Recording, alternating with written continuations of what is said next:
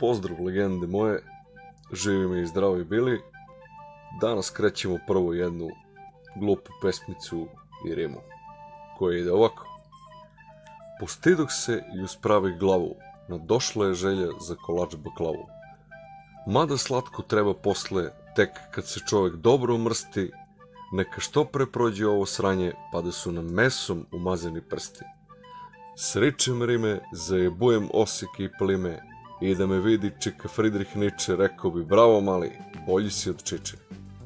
Jest da čovjek nije bio pesnik, al filozof do bola, iako nije išao na uspon do borskog stola. Skratit ću sada pesmicu ovu, pa da ostavimo i neku rimu za parodiju novu. Nadam se da vam se sviđa. I naravno idemo još par ekstremno glupih viceva. Halo, taksi, pokupite me kod trga. Hoću, samo kola su mi u kvaru, pa ću doći peške, reče taksista. Možda je bolje da dođete kolima, imam ideju. Uzet ću ja taksi, reče taksista. Ma neka, doći ću ja po vas kolima, kaže čovjek. Vrlo ste ljubazni, ali setio sam se da ne podnosim vožnju automobilom, reče taksista. Ma nema problema, u tom slučaju doći ću ja po vas peške. Znači, koliko je glupo. Halo, da li me čuješ? Uopšte te ne čujem, govori glasnije.